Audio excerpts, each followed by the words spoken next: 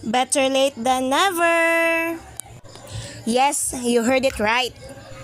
So kani nga video no is long overdue na gid kay siya sa akong gallery. So before nako siya i-delete, so better nga ko na lang gid siyang i-post no. Di ba kani nga snack na famous man pud ni siya, di ba? Lagi siyang ginahinag slice no kay para ma-achieve na ko tong nipis nga pagka-slice sa pepino.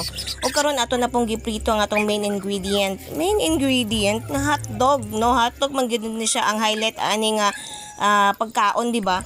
O ako na pong ginahinag slice din ha katunga ning pepino nga akong una nga na slice ganina. Imo man gini akong nakita ano sa paghimo ani nga dish. Unsa daw dish? Bitaw karon og nana pod ang lettuce. So dili gid pod mawala ang lettuce no. So maka-add ni siya crispiness ani nga pagkaon. Dapat fresh lettuce gid siya mga igsuon ha. So karon giinit na nako ning burger bun dinhi sa pan, char. Rhyme lugar kay siya. Burger bun akong tawag ani guys kay mo gini premi ginasugo ni mama sa ako before. Bisag dili siya pang burger no, pang hotdog bun gid siya. So kung sa manggali pangalan ani nga pan, so comment down below. So go.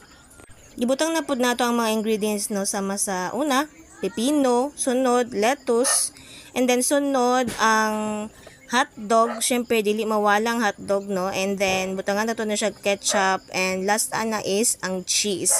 So gidali ra nako ng video guys kay nanudugay kay kuana na human kay lagi dili man ta sweeto ani nga klase na pagkaon. First time naman ning gihimot, so upat na siya kabuo kay upat ra man gyud pud may mga ana.